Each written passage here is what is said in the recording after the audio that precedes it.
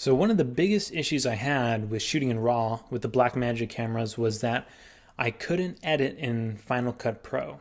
So DaVinci Resolve is great for coloring, but it's not as easy and it's definitely not as quick to edit things in. So when I was shooting in RAW, that was something that was pretty difficult for me. So what I've done is I've started transcoding my RAW footage to Apple ProRes 4444XQ. And this allows me to edit in Final Cut, but it doesn't take away from a lot of the aspects that RAW provides you with. So first I'm going to show you how to do it, and then we'll discuss why why you would want to shoot in RAW and then transcode, and then how it how it changes things in the editing process. So first, what you're going to want to do is open up DaVinci. And once it's open here, we're just going to start a new project, and we're going to import some clips and format them so they're easier to edit in Final Cut.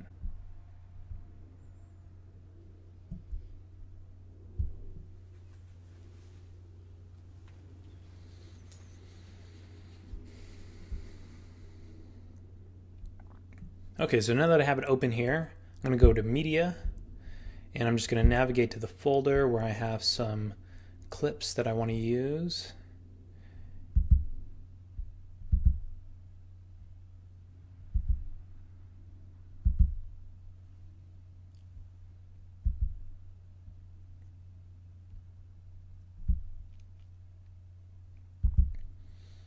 Okay, so I'm just going to grab these clips and I'm going to drag them down into the media. And I'm going to go to edit, and I'm just going to copy these into the timeline real quick. And so, if you have multiple clips, here I have 3, but if you have a ton of them, you just grab them all, you put them in the timeline, because remember, we're not going to edit anything in DaVinci. We're simply going to prepare the clips, and then we're going to transcode them. So now we're going to go to the Color tab. And what I like to do is I like to saturate the clips in DaVinci, and I like to white balance the footage all in DaVinci. So I'm just going to go to the first clip here. So I'm going to go to a portion of the scene that makes sense here, and I'm going to go into the camera raw here on the left, and I'm going to change decoding to the clip. So I have all the functionality of the raw footage, and I'm going to change the white balance to custom so I can adjust it if I need to. And what I'm going to do now is I'm actually going to saturate the timeline. So if you go up here on the right on DaVinci, if you edit anything in the clip, it's only going to affect that one clip. But if we switch to timeline, then it will actually affect all clips. So I'm just going to add a new node, and then I'm going to go to the color wheels, add saturation, and I'll go to the RGB mixer and add saturation there.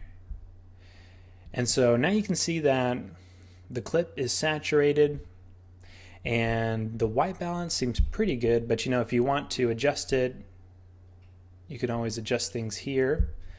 But I think it looks pretty good just the way it was. And as you can see, since I added the node to the timeline and I added the saturation to the timeline, that the other clips are also saturated. So you can see here, these are saturated. Okay, so now that that is finished, we will go into the Deliver tab. And we'll just format things so they'll come out in 4444XQ. So we'll go to the codec, pick 4444XQ, and I always like to just up the resolution. You can up-res it to 4K, but I usually just up-res it to 2K.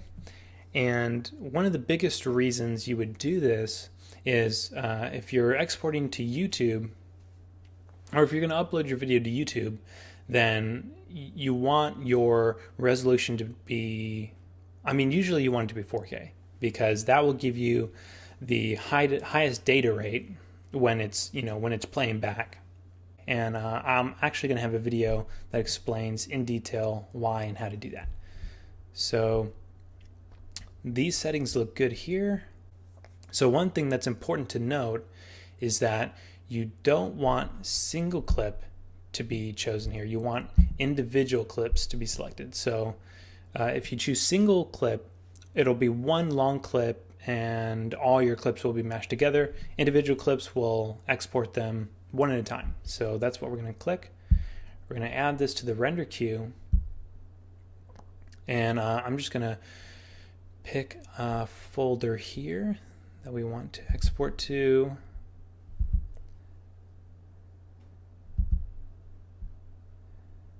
And this looks good. And then we will start the rendering process.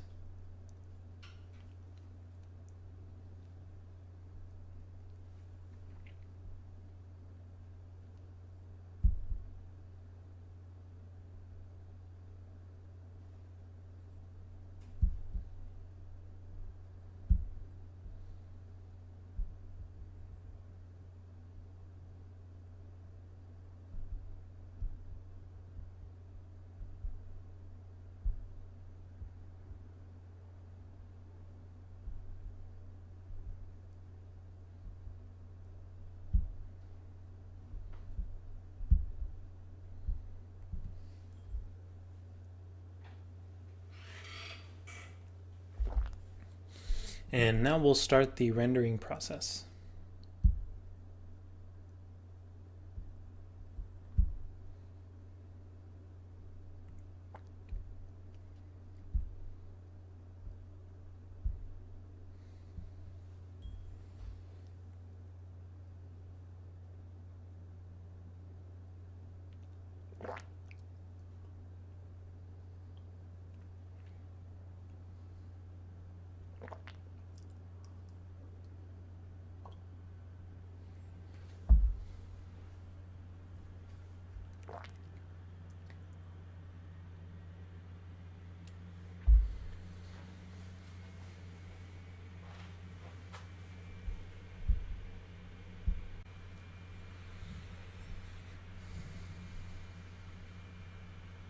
Okay, so now that the clips have exported, I'm going to quit DaVinci.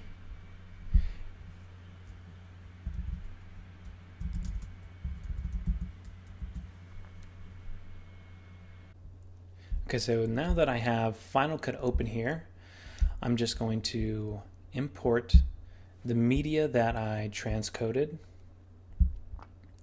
I'm just going to navigate to that real quick here.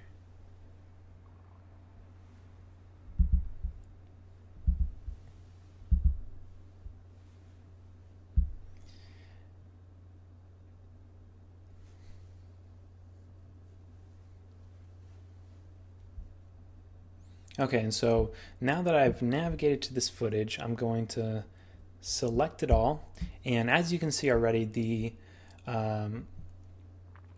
tag of the footage is .mov. So that's that's exactly what it needs to be for Final Cut to use it. And now I'm going to create an event here, so we can see that the footage plays and looks good. And I'm going to create a project so we can see.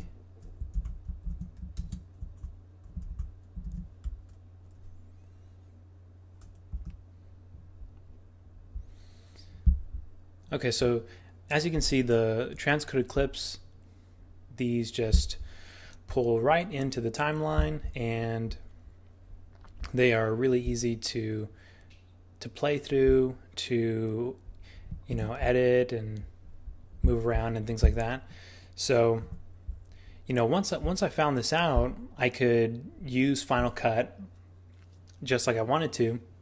So some people might be wondering why use Final Cut Pro X when you have DaVinci Resolve, but you know, people who've worked with raw footage, especially like individuals or small teams, know that it can be really difficult, really time consuming, especially if you're not working on something that needs to have the utmost detail like raw footage requires you to have. And so if you want to work on something quickly and efficiently, and especially if you're only one person working on this, Final Cut Pro is an amazing resource to have to do that. And they just keep growing and growing. Just recently they added something that everybody had been waiting for, and that's the color wheels. And so you can see that this new edition that I'm actually going to have a video over that goes into detail on how these different editions work.